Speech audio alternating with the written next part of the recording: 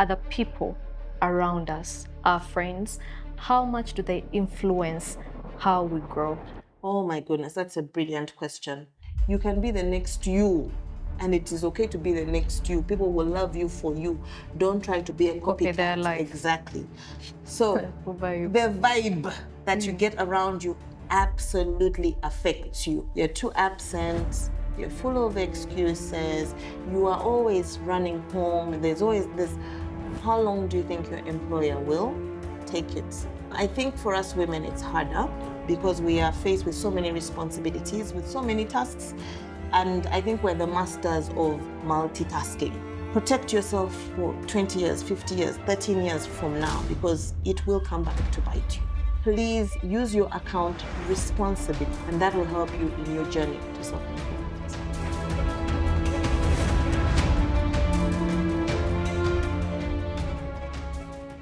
Hi, welcome back again to Gather Now Network. I am Priscilka. Today, get your book, a pen, put the volume at 100%, call a friend. Today we have Tina Wamala. You may not have heard the name, but you surely have heard of her. She is the pioneer of breakfast shows in Uganda. She worked with Rico TV. She has been a publicist. She has been a publicist for Dstv, and currently she's the president of PRAU Uganda. It's called Public Relations Authority Uganda, and she's the PR for the British High Commission. Who is better than her to tackle this topic of self-improvement? Oh, that was a beautiful introduction. I'm blushing.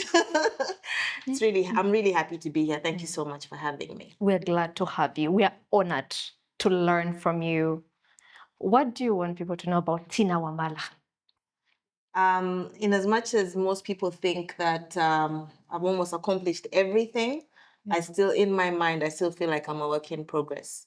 So when I was asked to come and tackle this topic, this is a topic that's dear and near to my heart because I believe the journey of self-improvement, the journey of growth and development never stops, never ends. You can still even be growing at 60, at 70, whatever the case might be. So I'm still a work in progress. Even I feel like I have an appetite for growth, for development, to be better, to improve. And yes, I've been fortunate in my career, I've been fortunate in my life that I've had strides that have, given me the chance to grow and be somebody. But absolutely, I'm really very, very, very keen on this topic because it's dear and near to my heart. What is self-improvement to you? Self-improvement is about one realizing one's potential, one having an appetite and a hunger to develop their capacities to be better, to be a better version of yourself. To me, that is self-improvement. Because if you think about it, there are elements to self-improvement. There's a kind of a process to self-improvement. The starting point with self-improvement is what I can call discovery or rediscovery. You need to look at yourself in the mirror every morning, and the first question you should ask yourself is, who am I? Where am I? Where do I want to be? And what do I need to get there?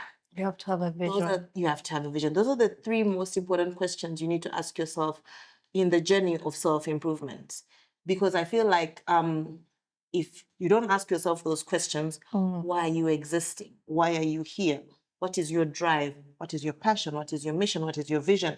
Where are you going in life? So literally, like every single day you wake up, you breathe, you set yourself for the day, you set plans for the day. Those are the three important questions you need to ask yourself, find answers to in your journey to self-improvement. Most of us go for it was specific. You either have to be a lawyer, a doctor, those careers. How did you choose to go into public speaking, communication? To be honest, my career path was, I can say it was by chance. I never at university undergrad level studied mass communication, journalism, or communications. Strangely enough, I did IT. ask me to now do anything IT related, I'm as green as the next person. But you have that degree in IT. Exactly, undergrad. So I felt a bit frustrated. You know how the job market is when you've just gotten out of university, how you are literally tapping and knocking into every door, wanting an opportunity. But because of your lack of experience, your naivety, lack of exposure, etc., a lot of organizations are hesitant to hire you. So for about 6 months after graduating, it was really, really frustrating. No job, no money, no plan. So one day, myself and a cousin of mine, who was in the same boat as I was, we see an advert on Record TV where they were looking new TV setting up. They wanted presenters, producers, cameramen, you name it, to join their staff base to start the television. So my cousin was the one who was actually interested in television presenting more than I was. So she asked me to escort her, which is exactly what I did. Strangely enough, where we're recording this podcast from is where my former office used to be. So on coming here for what they call a screen test, the gentleman who was in charge of the tests, after testing my cousin, asks me, why aren't you also coming for the test? So I told him, no, I've just come to escort my cousin. He's like, no, come. Let's also test you as well. So they put me in a room similar to this one. They hand me a newspaper and they tell me to read the first page of the newspaper, which is exactly what I did. Upon reading it, we get out of the room. 5 minutes later, the guy comes and tells me, you've got the job. I'm like, what? He's like, when can you start? I'm like, Monday. You know how it is on the cousin you escorted? Unfortunately, she didn't get it. So that is how my journey to, can I say, journalism began. Journalism, I feel, is a very good foundation for people who want to transition into communications because it exposes you to the media, it exposes you to different communications approaches. You meet so many stakeholders. In terms of depth, you really, really grow. And it gave me the exposure that I needed. So while working at Record as a journalist, I was exposed to very many, many stakeholders from government, private sector, agency, you name it. So I was approached by a lady called Rose Thor, who at that time was starting a PR department in Scanad, Uganda, and she wanted me to join her team. I made the bold, tough decision to move from my very popular TV show, breakfast show, as you said, pioneer of a breakfast shows in Uganda. The Daybreaker, exactly. Yeah. So I left. It was a painful decision because that was like my baby. That was like something that made me a household name. And you'd established yourself. I had established myself. And there I was walking into the unknown, not sure how communications is going to be, whether it's my forte or not. It was a lot. But I took the bold step and I pulled away and I went into communications. And ever since then, I discovered my home. I discovered my my path. I discovered who I am. And really, communications and PR is really why I am here. And I think from the time I transitioned into communications, I've never really quite left media.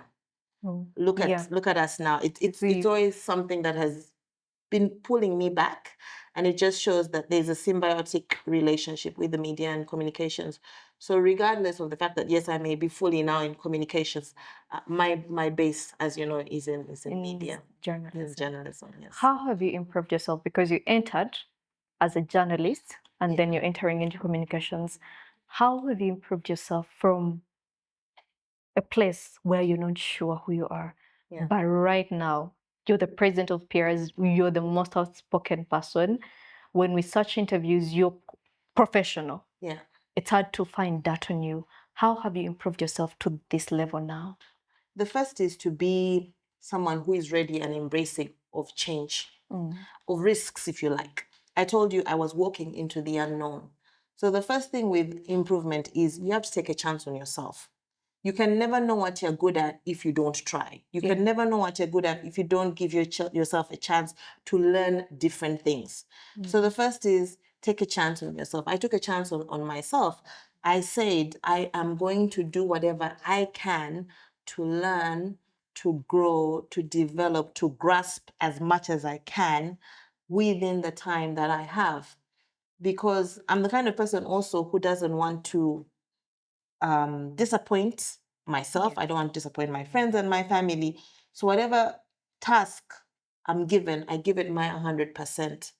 So the first was being a risk taker, being willing to take on, embrace challenges, ready to learn, ready to also be wrong. You know, a lot of people have this impression that just because you're walking into the unknown, you must be perfect, you must be great, you must be excellent.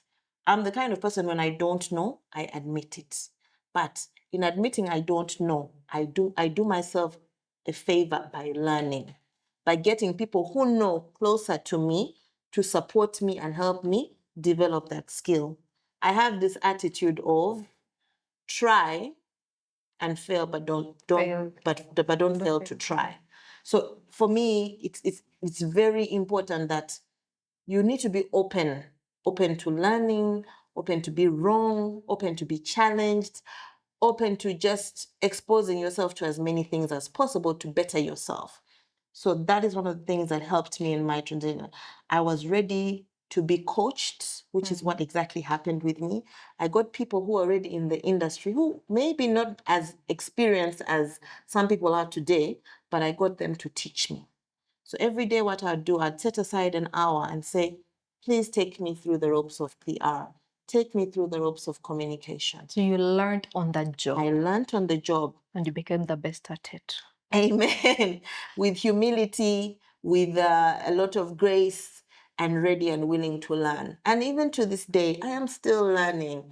I'm just grateful that my path, my career growth, my people in my industry, there's some even who are far better than I am, but they've seen in me something unique, something exceptional to make me the president of the industry that I love so much, which is the communications industry in Uganda.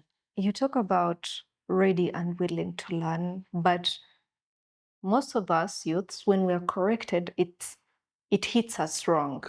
You feel like you are being told you don't know what you're doing. You feel like you're being disrespected. How do we learn that attitude of, okay, they have told me I'm wrong. How can I be better? Other than saying, okay, if you think I'm not okay, then do it yourself. Or quitting. It's a very difficult skill, I have to admit, because sometimes things can get lost in translation. How someone says something to you, the tone they use, their body language, depending on who you are, you may read it differently. But the way I am is I try to compartmentalize issues. So the first is, don't look at it as a personal attack. That's the first and most important thing. If someone is correcting you or criticizing you about something, divorce that issue from you as a person. Look at the issue in isolation. So don't look at it as how they don't like me, or maybe I rub them the wrong way. Look at the issue at hand, right? In looking at the issue at hand, it makes you mature and then pick out what they're saying. If they're saying, I don't like that you come late every day for work, as an example, set your clock 1 hour earlier or 30 minutes earlier and come a bit earlier. Maybe there's a reason why they want you to come into office early. Maybe they want to see how serious and committed you are at your job. So in getting feedback, in being criticized, don't look at it as an attack, because I think that's the biggest problem a lot of people have. They look at it as an attack to them, but it's the issue at hand. And it's also about also managing yourself, because a lot of people get criticism, but they choose to stay the same. Yeah. How are you going to grow and improve if you're not willing to take on that feedback, however negative it is or however painful it is, and do something about it? That's what growth and maturity calls for. Reflecting, sitting down and saying, oh, okay, I've been coming late. Let me do something about it. Let me change. Let me adjust.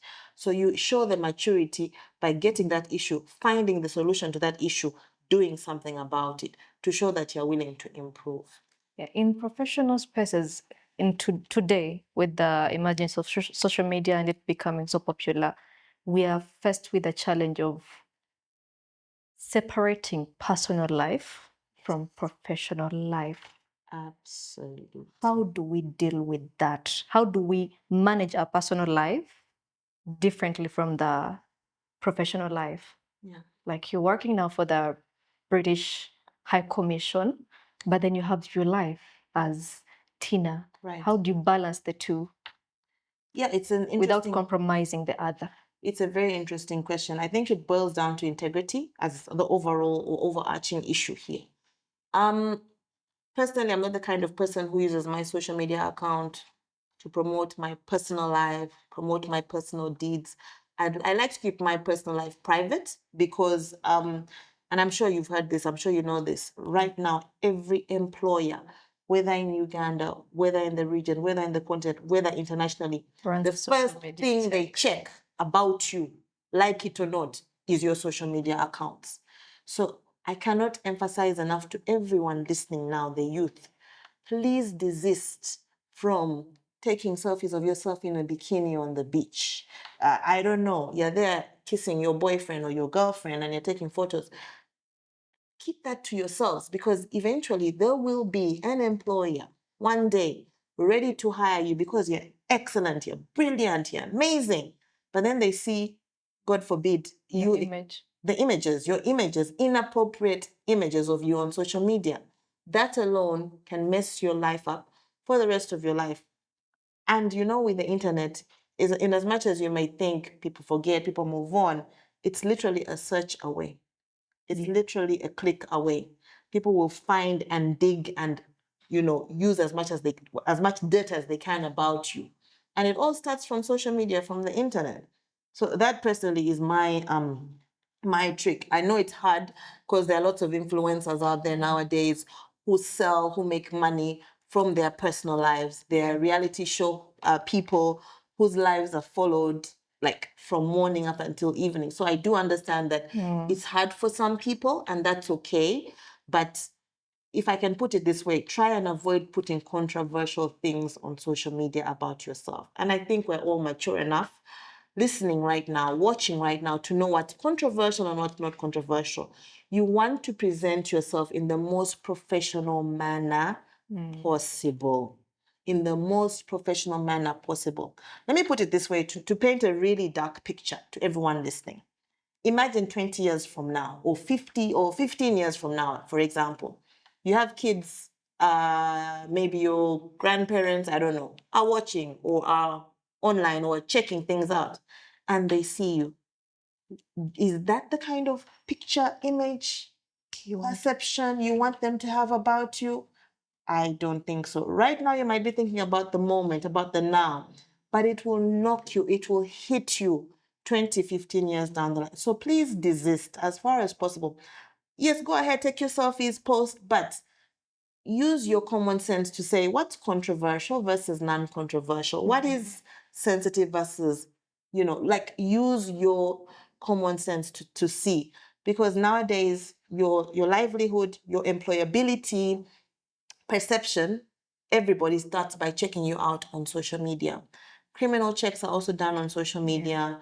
Due diligence, background checks are done on social media first before they talk to your friends, your colleagues, your parents, whoever they speak to.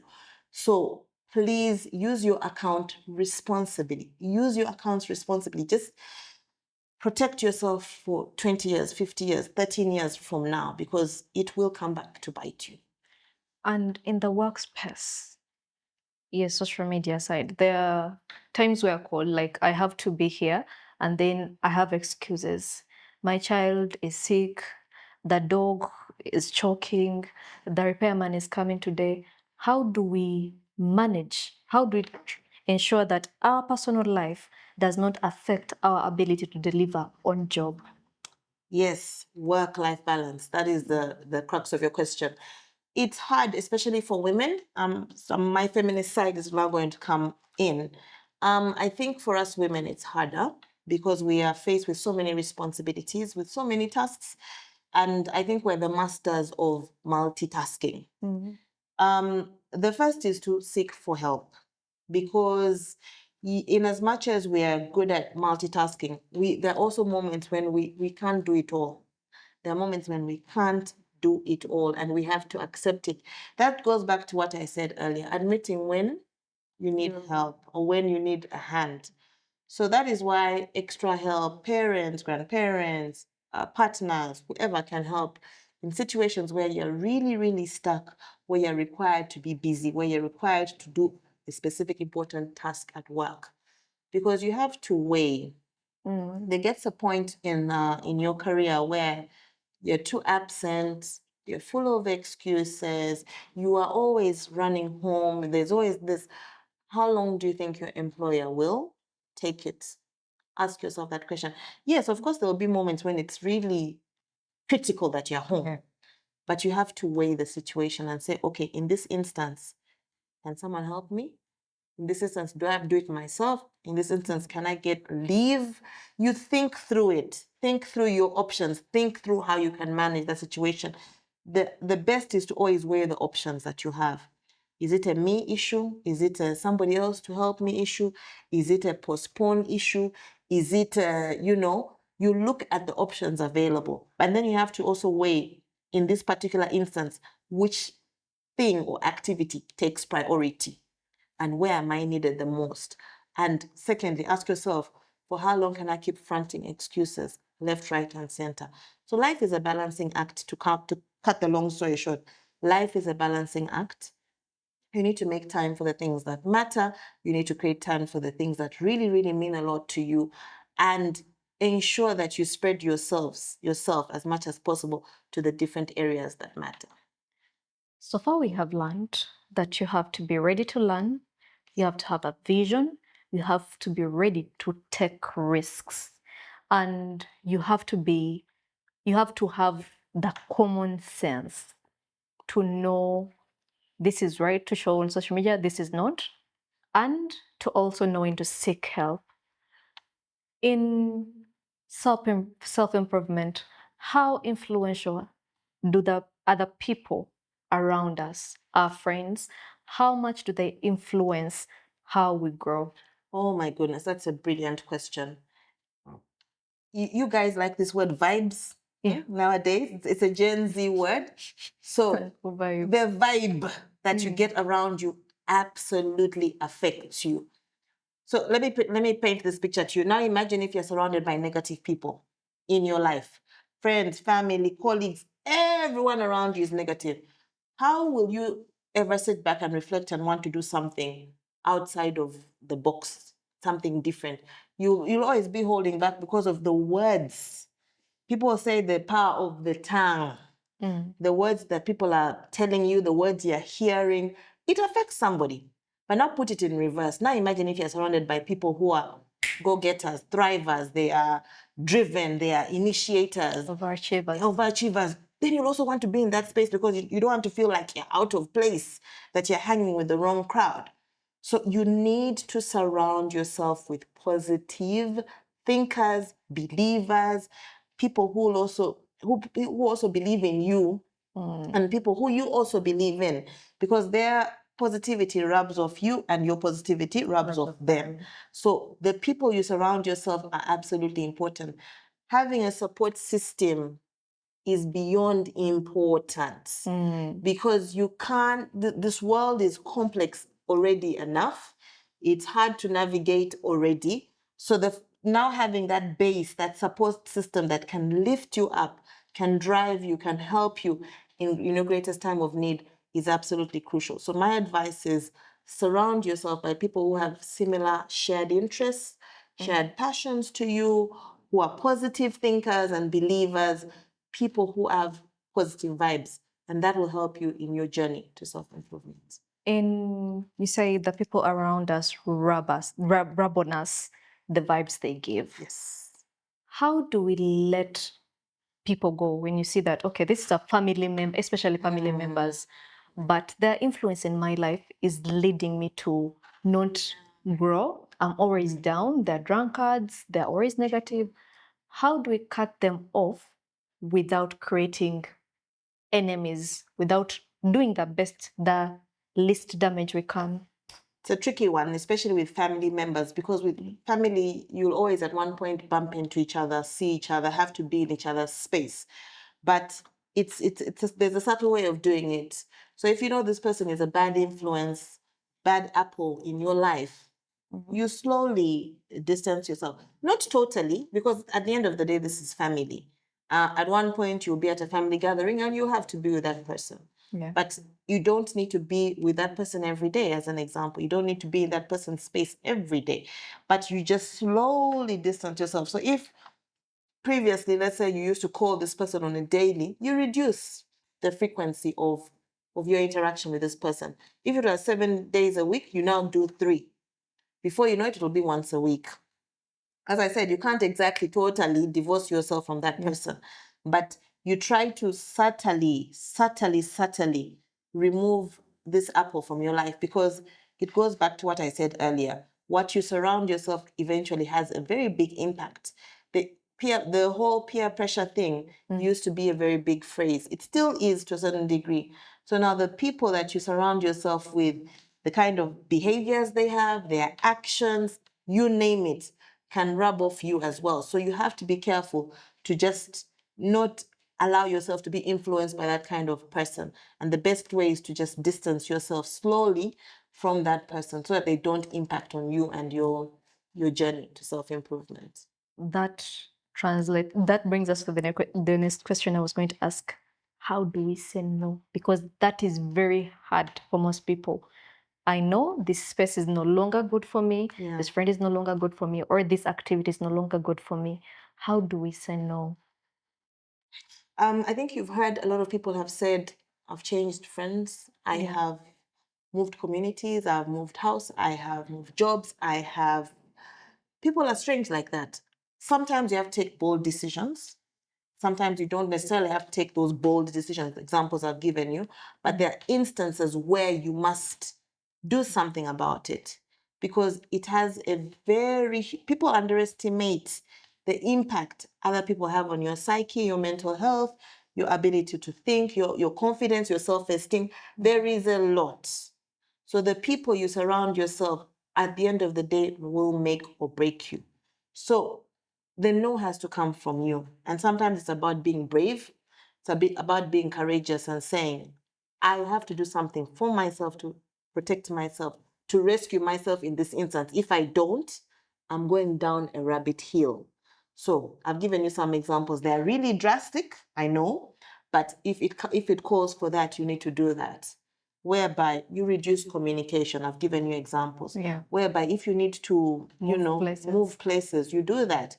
Whereby if, let's say, you used to hang out with that person 10 times in a month, reduce it to 5 or 4 or 3. You do something about it because you're trying to protect yourself. Otherwise, the impact of you continuing to deal with that person, all in the name of, oh, this is a family member, oh, I love them so much, it will have a grave impact on you, more than you know. Yeah. When it comes to self-improvement, communication, I think, is a major thing. How do we use communication skills to foster connections in professional and personal spheres? What communication skills should we really have as basics? So the first is you need to align yourself with, and I spoke about this a bit earlier. First of all, you need to align yourself with people with shared vision, shared interest, and shared passion to yourself. And if you recall what I said about being okay with not being right all the time, it is okay. You don't have to be 100% excellent at everything. Identify a mentor. Identify someone who is great, who you feel like this person is inspiring, is exceptional at what they do. Speak to them. And speak to them from a point of vulnerability. Speak to them from a point of you want to grow, you want to learn from them, you want to absorb whatever you can from them. There was someone wise who once told me that in every interaction you have in life, always with whichever person you have, always try and identify 3 great things you like about that person and try and emulate them. So, for example, from just my interaction with you, I've learned very organized lady. You have your questions ready, you have everything ready. So that's something to pick, to being prepped, to being ready, to being organized. So you have to pick the good things about someone. Pick those good things and say, I want to learn A, B, C, D from this person. But also being careful not to want to be a copycat person. Yeah. Because you can't be there saying that I'm the next Mariah Carey. Mariah Carey is in her own league. She achieved whatever she achieved. You can be the next you. And it is okay to be the next you. People will love you for you. Don't try to be a Copy their copycat. life. Exactly. So the first is, like I said, retrospection, if you like, understanding yourself, understanding where you fall short, looking out for people who you feel like are amazing, they're great. Reach out to them. Be bold, be courageous. Say, I'm going to now approach ABCD person. In approaching ABCD person, it's about being clear in your communication, being simple and saying, I want to achieve ABCDEFG. I feel I'm lacking here, here, and here, and I like how you do ABCD. Can you help me? Can you support me? Can you coach me? And then that person takes you through. Now we talk about networking, because networking is very important in life. What tips can you give us for networking? How can we build a useful social network?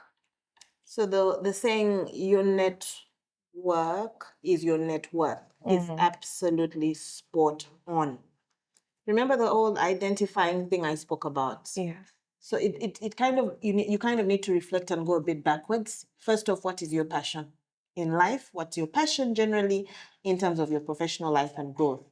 Ask yourself those questions. Once you get the answers to those questions, identify people in that space. Yeah. A lot of people are very smart with how they do things nowadays.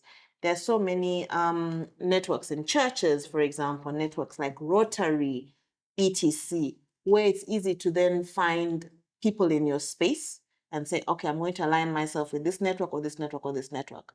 So it's about first self-reflection about your passion and who you are and what you want. Then it's about looking for people within this space. And of course, in the beginning, it will not be easy because people are very skeptical about the new person, your intentions, what you hope to gain. But it goes back to what I said earlier about showing vulnerability, showing hunger and willingness to learn, wanting to grow in that space, wanting to be better in that space, wanting to learn from people around that space. So get with even if it's one person, because you'd be surprised how that one person will open open so many doors for you to get within or to join a network. So just even one person, don't feel like you have to identify 50 people at once, or that you need, I don't know, so many phone numbers on your contact list.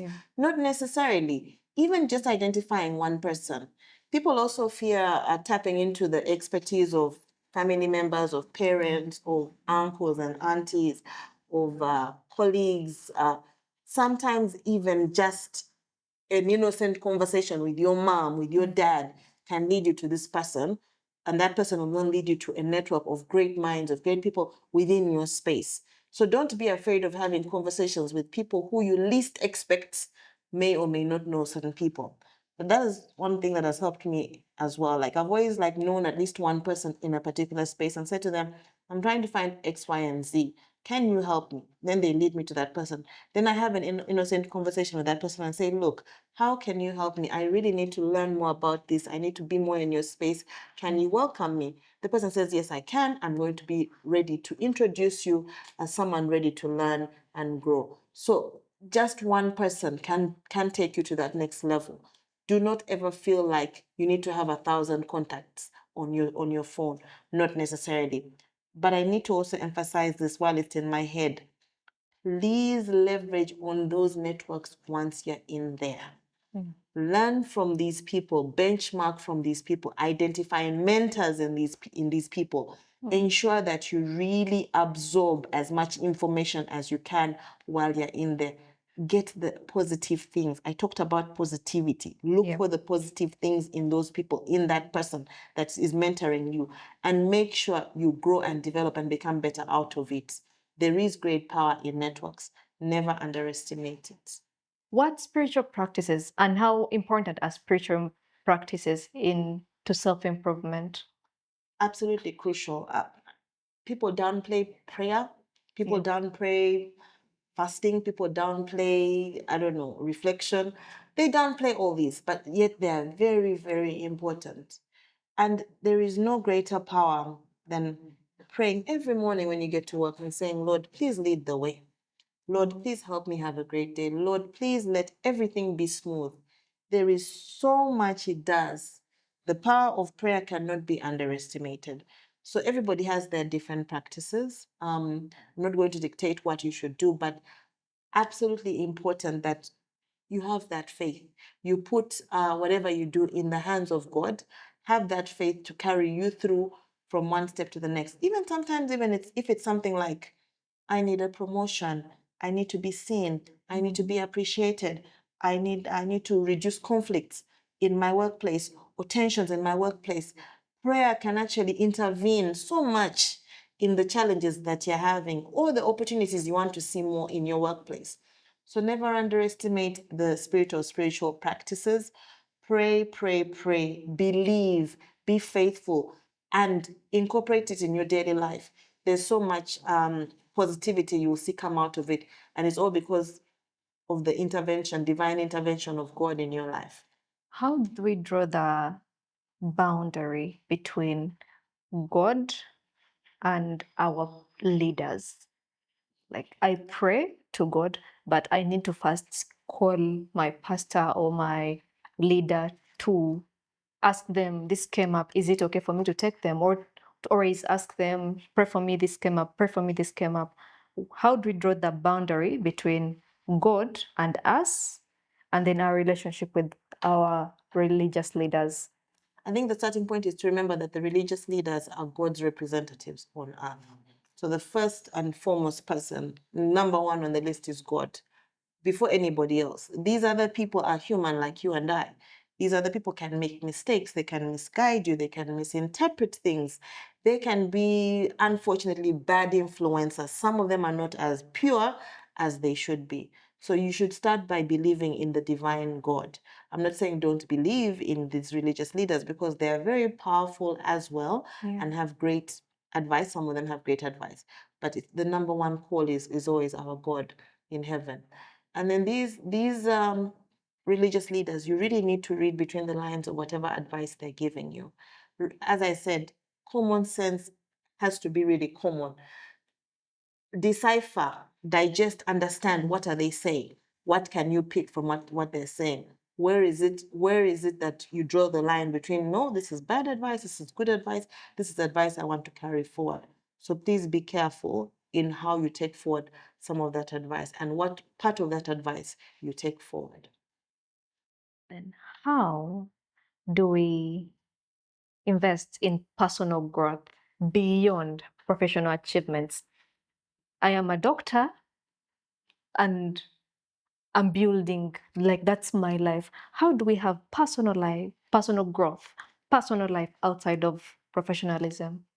It goes back to knowing who you are, what you want, what your interests are, what your passions are. Because there are always two sides to a person. There's Tina the professional, then Tina the private person, or her personal life. So I always believe that life is a balancing act. Your life cannot just be about work, work, work. There's something more to you. There's something else to you other than your professional life. So it goes back to knowing who you are. So if your interests are movies, as an example, and you want to become filmmaker, you want to be behind the camera, you want to do editing, start learning, investing in it. If not, go on Google, go on YouTube, get tutorials, get a friend who is a great camera person, let them teach you. Get a friend who's a great videographer, let him or her teach you. So it's important that first and foremost, you know what things interest you, what tickle you, what excites you. Start learning the skills. Lately, we're so blessed that there's so much information on the internet. There's so many ways you can learn and grow and develop. You don't even necessarily have to inject money all the time. People always think that investing means you must invest money. Yeah. But you can invest time. You can invest time and say, every day I'm going to dedicate 1 hour, go on YouTube and learn video editing. Every day I'm going to go on YouTube and learn how to operate a camera. You just invest. It's about time, not necessarily always resources, but even time. And the commitment as well. By the investment is also commitment. Because you can't be saying you're passionate about something, then in 1 week you've given up on it. That's not passion, that's something else. You were bored. So find that thing that really excites you, that really drives you. Stay committed to it. Invest the time, the energy, and resources if you have the resources to do so. Others go back to school if they have the money. Others learn from friends who are willing to support them pro bono. There are different ways, but it's about first and foremost understanding what you want, who you are, your interests, and investing in that thing committedly throughout. Yeah. Back to you. You moved from TV to now being the president of PRAU. What is a lesson you wish you learned 5 or 10 years ago?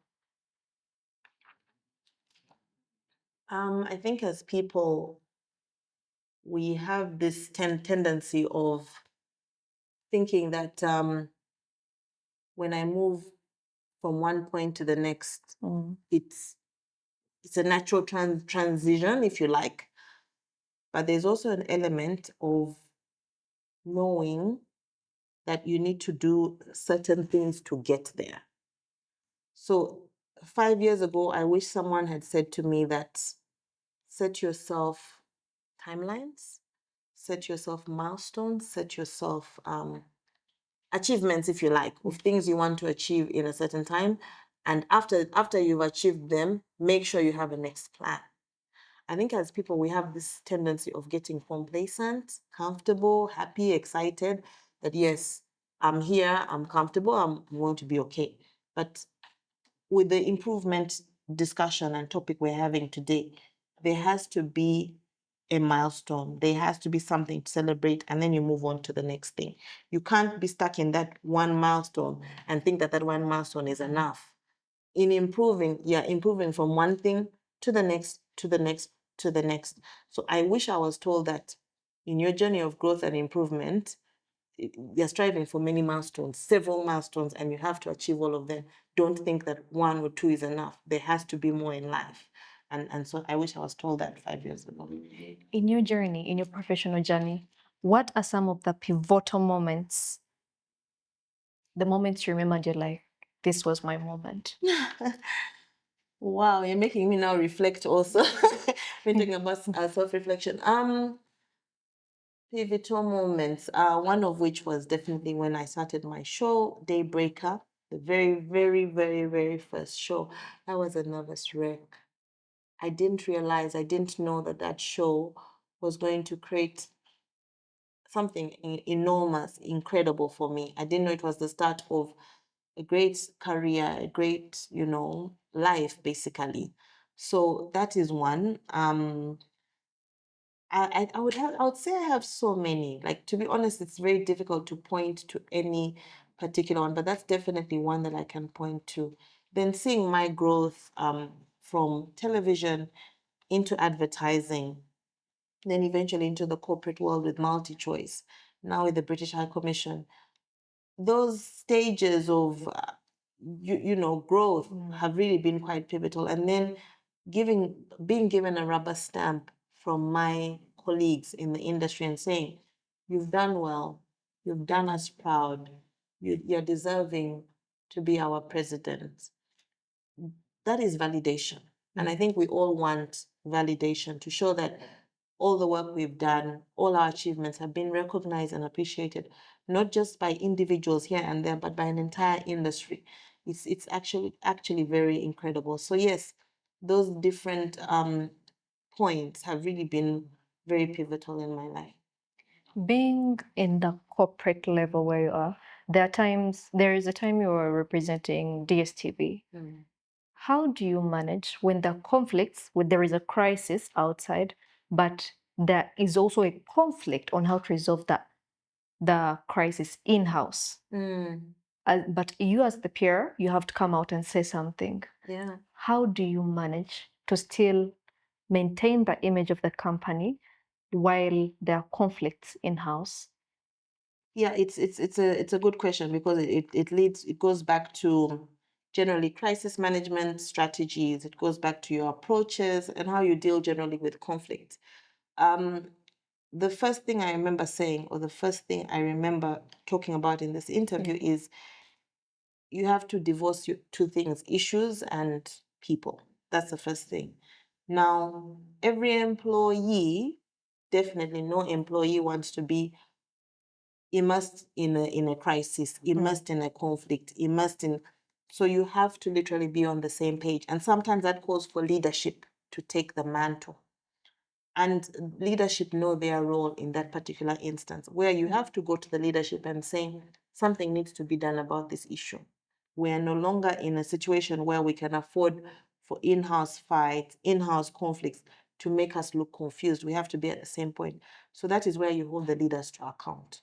That's where the management is held to account. And as management, you have to be on the same page, because how you deal with something also affects the rest of the staff.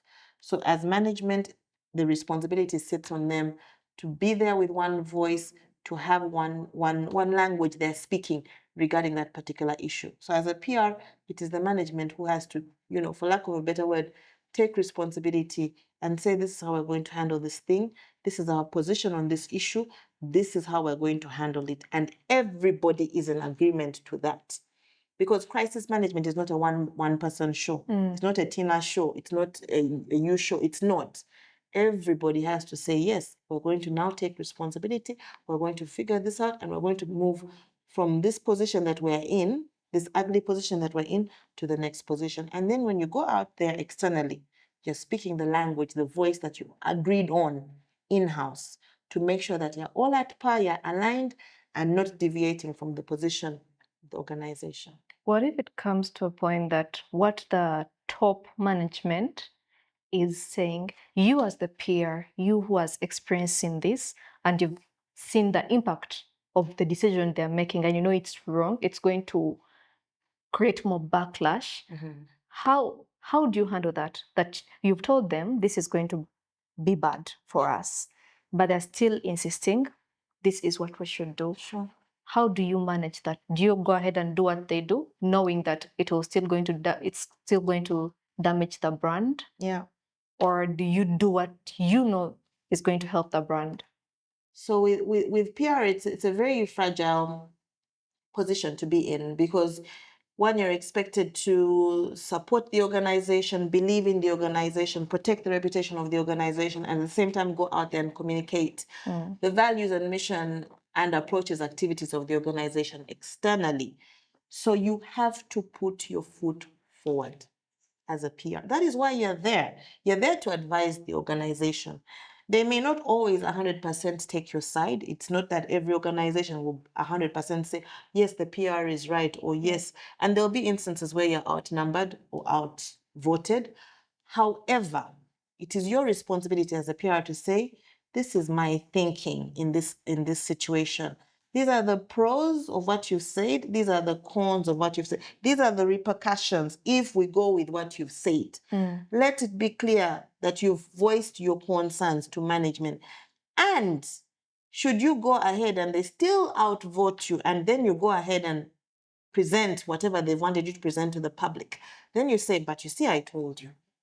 You've played your part. You have made sure that you were clear from the onset on the pros and cons and repercussions of that particular angle or position they may have wanted to take you.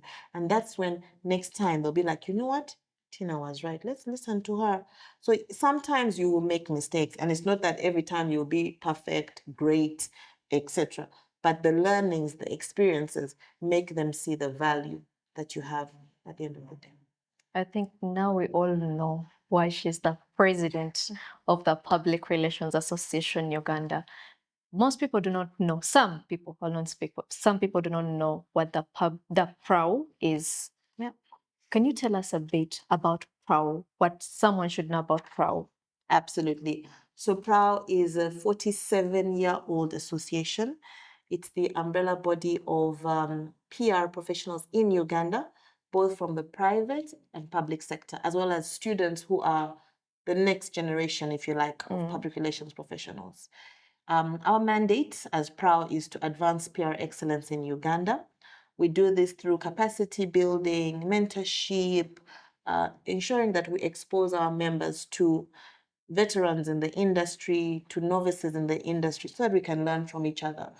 We appreciate the fact that now there's so much to learn from the young in terms of digital media, AI, etc., as well as the veterans who are exceptional at the work that they did when they were new and coming on board in the industry.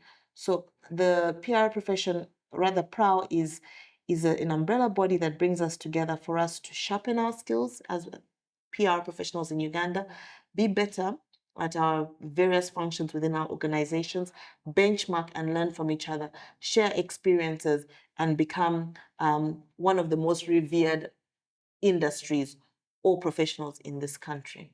How can someone join PR? So I mean, join PRAU. Fine. So the secretariat, our secretariat is based in Tinda. If it's okay, I'll give you the details and you put them at the bottom of the screen. You can reach out to our administrators.